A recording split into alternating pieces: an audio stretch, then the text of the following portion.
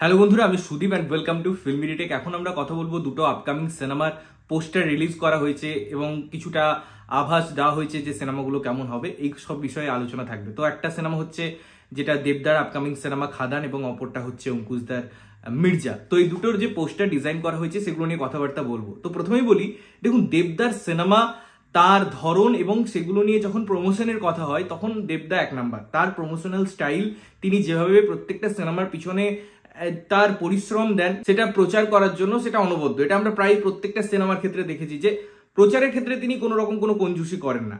এবারে তারও আগে এটা বলা ভালো যে আমরা বাংলায় বারবার বলছিলাম যে মাসি সিনেমা, কমার্শিয়াল সিনেমা, এগুলো সেই অর্থে কবে আসবে? শুধুমাত্র জিদ্দার উপর ভরসা করে বা জিদ্দা করছেন এটা নিয়ে তো একটা ইন্ডাস্ট্রি চলতে পারে না। আরো অনেক মাস ফিল্ম চাই যেগুলোর উপর বেস করে একটা অডিয়েন্স হলমুখ হবে। কারণ কমার্শিয়াল সিনেমা, মাসি সিনেমার একটা আলাদা অডিয়েন্স আছে এবং সেটা চিরকাল থাকবে। কারণ সিনেমা একটা এন্টারটেনমেন্টের জন্য মানুষ দেখতে যায়। অনেক সময় আমরা বলি যে কন্টেন্ট ড্রিভেন কাজ, একটা আর্ট ফিল্ম, সেগুলোর একটা ক্যাটাগরি হয়ে যায়। কিছু মানুষ হয়তো সেগুলো কনজিউম করতে যায়, বাট যখন থেকে সিনেমা ব্যাপারটা এসছে, এই যে এন্টারটেনমেন্ট ব্যাপারটা এসছে, তখন থেকে এই কমার্শিয়াল ব্যাপারটা আছে যে লার্জার দেন লাইফ আমরা কনজিউম করব, আমরা যে 2 ঘন্টা 2.5 ঘন্টা সময় দেবো, সেখান থেকে কিছু আনন্দের মোমেন্ট পাবো, কিছু হয়তো মারধর দেখবো, কিছু রোমান্টিক গান দেখবো। এই ব্যাপারগুলো মানুষের কাছে চিরদিন ছিল, আছে এবং থাকবে। তো সেই জায়গা থেকে এই সিনেমাগুলো দারুণ হাইপ ক্রিয়েট করছে। এবং আমি যদি খাদানের সেকেন্ড পোস্টারটা কথা বলি, যেখানে সেকেন্ড শিডিউল তাদের কমপ্লিট হয়েছে, সেটা অ্যানাউন্সমেন্ট করা হয়েছে, সেখানে আমরা দুটো ক্যারেক্টার দেখতে পাচ্ছি, অবশ্যই দেবদা এবং যিশুদার। এবং তাদেরকে তাদের লুক যে আগে রিভিল করা হয়েছিল সেটাকে জাস্টিফাই করছে এবং একে অপরকে এত সুন্দর কমপ্লিমেন্ট করছে এই পার্টিকুলার পোস্টারটাই, সেটা অনবদ্য। তার কালার গ্রেডিং, তার নিচে যেভাবে বডিগুলোকে ফেলে রাখা হয়েছে, যেভাবে খাদানের জিনিসগুলোকে এখানে কিছু কিছু এলিমেন্ট পুট করা হয়েছে, তার জন্য পোস্টারটা ইটসেলফ একটা আমেজ ক্রিয়েট করে, একটা হাইপ ক্রিয়েট করে, যার জন্য পোস্টারটা খুব দারুণভাবে আমাদেরকে উচ্ছ্বাসিত করে, আমাদেরকে ওই সিনেমাটা দেখার প্রতি উৎসাহ জাগায়।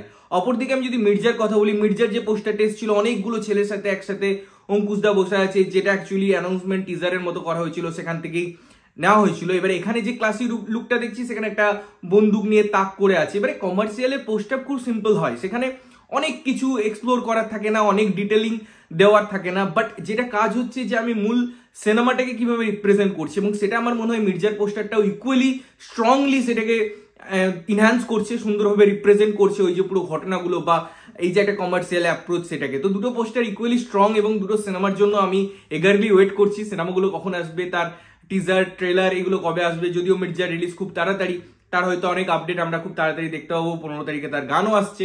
তো দেখা যাক সিনেমাগুলো কেমন হয়, কেমন ওয়ার্ক করে, সেগুলো তো সিনেমা দেখে বলবো। বাট তাদের এই যে প্রমোশনাল স্ট্র্যাটেজি, তাদের এই প্রমোশনাল ইনপুট বা প্রমোশনাল জার্নিটা আমার বেশ ভালো লাগছে। তোমাদের কেমন লেগেছে পোস্টারগুলো অবশ্যই কমেন্ট করে জানিও। ততক্ষণের জন্য ভালো থাকবে, সুস্থ থাকবে এবং সবসময় ভালো জিনিস দেখবে। চ্যানেল যদি প্রথমবার দেখছো, লাইক কমেন্ট শেয়ার করতে হবে, সাবস্ক্রাইব করতে হবে, যাতে প্রত্যেকটা নোটিফিকেশন তোমাদের কাছে পৌঁছায়। ততক্ষণের জন্য টাটা।